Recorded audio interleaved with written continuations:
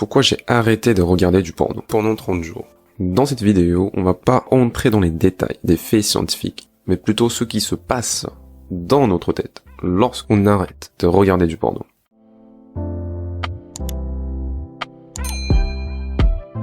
Donc, que se passe-t-il quand tu arrêtes de regarder du porno? La première réaction que cela va produire, c'est une augmentation, un surcroît, voire un envahissement des émotions négatives. Que ce soit de l'anxiété, de la frustration, de la colère ou de la tristesse, tu vas ressentir plus fortement ces émotions négatives. Alors ça peut paraître paradoxal de dire que quand on arrête de regarder du porno, c'est pas une diminution d'émotions négatives, mais plutôt une augmentation. Mais si on y voit de plus près, ça peut être expliqué. Parce que comme le sucre, le porno te procure du plaisir par le biais de la production d'un neurotransmetteur qui s'appelle dopamine. Donc le fait de regarder du porno va augmenter la production de la dopamine de 200%. C'est littéralement se shooter en dopamine. Mais cet effet-là, il est momentané. Tu vas vite retomber dans un déficit de dopamine. Et tu vas en vouloir encore et encore. Donc le cercle vicieux se met en place. Et avec potentiellement un risque d'addiction, au sens pathologique du terme. Dès lors qu'on arrête de regarder du porno, eh bien il y aura moins de dopamine artificielle pour masquer, pour t'anesthésier, pour dissimuler tes émotions négatives. En essence, ce que le porno fait, c'est qu'il te rend léthargique. Tu vas devenir insensible à tes émotions négatives parce que tu as cet effet de dopamine qui te rend joyeux momentanément. Et c'est là que je veux en venir. C'est que le problème premier n'est pas le porno. Le porno n'est qu'une façade des problèmes émotionnels les plus profonds. On consomme du porno. C'est parce que dans un premier temps, nous avons beaucoup d'émotions négatives à gérer, qu'on n'arrive pas à gérer.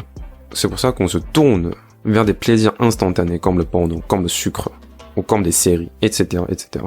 Donc en d'autres termes, si tu es frustré, si tu es en colère contre la pornographie, c'est parce que derrière, tu as d'autres émotions cachées, qui n'ont pas été traitées.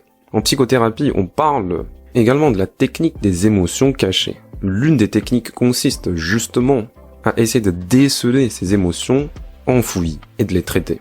Par exemple, la raison de tes émotions négatives, ça peut être parce que tu es coincé dans un travail que tu n'aimes pas faire. C'est pour cela que tu ressens de la frustration, de la colère. Peut-être que tu fais des études que tu détestes. Ou peut-être encore, tu n'as pas dit la vérité aux gens autour, à la famille, aux amis, aux inconnus, etc. C'est parce que tu as réprimé ta pensée. Tout cela peut être à l'origine de tes émotions négatives, comme la frustration, la colère, l'irritabilité, la tristesse, l'anxiété. Et donc, que se passe-t-il quand tu arrêtes de regarder du porno? C'est que tu vas ressentir plus fortement des émotions négatives.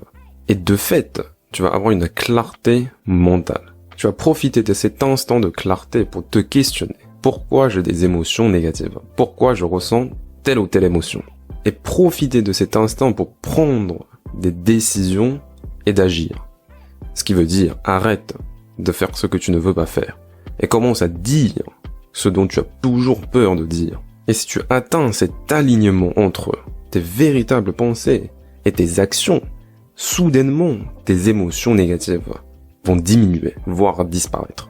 Et de ce fait, tu n'auras plus besoin de regarder du porno pour te soulager, parce que tu as traité le fond, finalement, du problème. Donc, en résumé, la pornographie, c'est symptomatique d'autres problèmes relationnels, financiers, dans ta vie. Le fait que tu arrêtes de regarder du porno va permettre de révéler ces problèmes. C'est à toi ensuite de prendre le courage de les résoudre.